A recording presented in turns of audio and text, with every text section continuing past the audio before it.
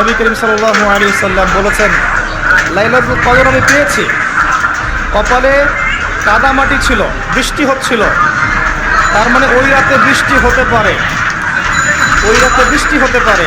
লাইলাতুল কদর আলামত, রাতের বেলা বৃষ্টি হতে পারে।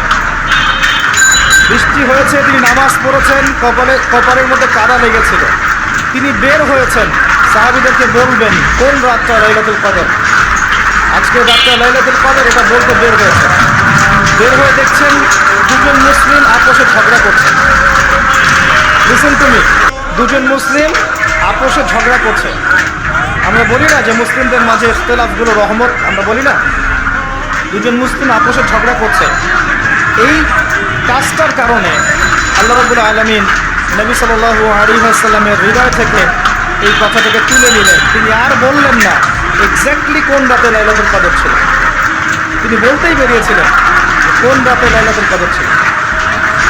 আমাদের ইখতিলাফের কারণে আমরা সেই নির্দিষ্ট রাত থেকে হারিয়ে ফেলেছি, তবে এর মধ্যেই খায়র আছে, এর মধ্যেই কল্যাণ আছে।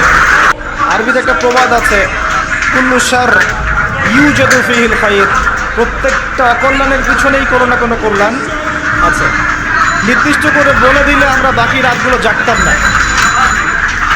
নবী সাল্লাল্লাহু আলাইহি ওয়াসাল্লাম এখন বললেন যে আমাকে ভুলিয়ে দেওয়া হয়েছে কোন রাত, তোমাদের ঝগড়ার কারণে, অতএব তোমরা শেষ দশকের বিজোড় রাতগুলোকে তালাশ করো। শেষ দশকের বিজোড় রাত বলতে 21 রাত, 23 রাত, 25, 27, 29, এই 5টা রাতের যে কোনো একটা লাইলাতুল কদর। এই রাতে ইবাদত করলে এত নেকি হচ্ছে, কারণটা কি? রাত আর দিন কি ডিফারেন্ট কিছু? প্রত্যেক রাতেই কিন্তু আল্লাহ পাক প্রথম আসমানে নেমে আসে, প্রত্যেক রাতে, শুধু শবে বরাতের রাতে নয়, শুধু নিসফে শাবানের রাতে নয়, কিন্তু প্রত্যেক রাতেই আল্লাহ পাক প্রথম আসমানে নেমে আসেন। তিনি কিভাবে নেমে আসেন এটা ব্যাখ্যা করার দরকার নেই আমাদের। আল্লাহ পাক বলেছেন নেমে আসি, বাস আসেন।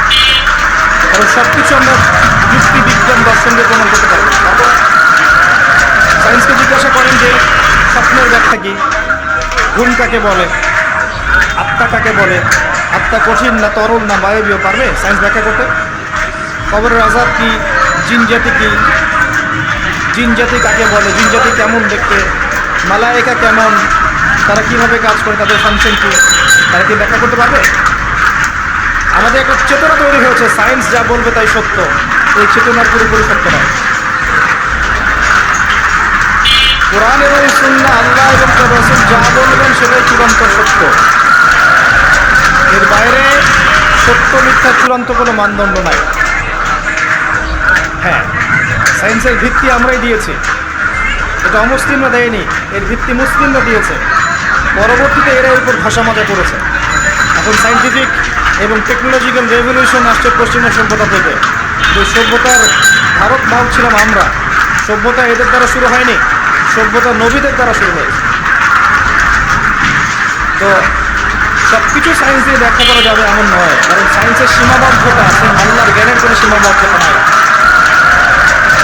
তো আল্লাহ নেমে আসেন, ব্যাস নেমে আসেন। নেমে এসে আল্লাহ পাক কী বলেন?